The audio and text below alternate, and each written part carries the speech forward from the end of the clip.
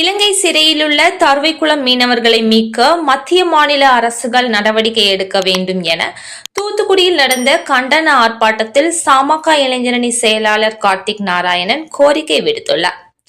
தூத்துக்குடி அருகே உள்ள தருவைக்குளம் கிராமத்திலிருந்து 2 படகுகளில் கடலில் மீன்பிடிக்க சென்ற 22 மீனவர்களை இலங்கை கடற்படை எல்லை தாண்டி மீன் பிடித்ததாக கூறி கடந்த ஆகஸ்ட் 5ஆம் தேதி கைது செய்தது.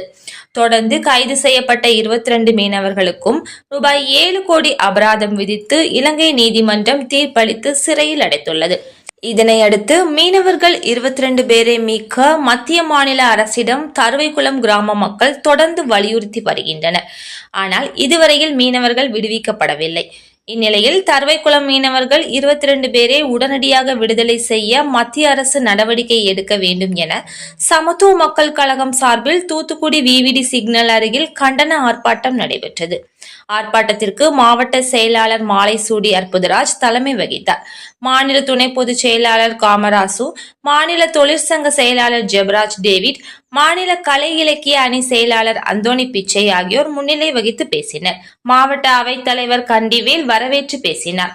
ஆர்ப்பாட்டத்தில் மாநில இளைஞரணி செயலாளர் கார்த்திக் நாராயணன் கலந்து கொண்டு பேசுகையில், எல்லை தாண்டி மீன் பிடித்ததாக தருவைக்குளம் மீனவர்கள் 22 பேர் கைது செய்யப்பட்டு அவர்களுக்கு பல கோடி அபராதம் விதித்து இலங்கை அரசு சிறையில் அடைத்துள்ளது.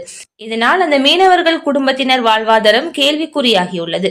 எனவே தமிழ்நாட்டில் அனைத்து கட்சிகளும் ஒன்றிணைந்து தருவைக்குளம் மீனவர்களை விடுவிக்க குரல் கொடுக்க வேண்டும். மேலும் தருவைக்குளம் மீனவர்களை விடுவிக்கவும், இனிமேல் இதுபோன்று மீனவர்கள் பாதிக்கப்படாமல் இருக்க மத்திய அரசு நிரந்தரமாக நடவடிக்கை எடுக்க வேண்டும் என்றார். இந்த 22 பேர் இலங்கையில் அலுவலப்பட்டுக் கொண்டிருக்கிறார்கள். அவர்களுடைய வாழ்வாதாரம் என்னாவது என்று கேள்விக்குறியாக இருக்கின்றது. இதை நம்ம மாநில அரசு மத்திய அரசிடம் பல முறை கடிதம் கொடுத்தும் அவர்கள் செவி சாய்க்காமல் இன்னும் காலம் தாழ்த்தி கொண்டே இருக்கிறார்கள். இதுபோல நிகழ்வு இனிமேல் நடக்கக்கூடாது என்றதுக்காக தான் இந்த ஆர்ப்பாட்டம். இந்த ஆர்ப்பாட்டம் மூலம் அனைத்து கட்சிகளும் ஒன்று சேர்ந்து இதை வலுப்படுத்த வேண்டும் என்று கேட்டுக்கொள்கின்றேன்.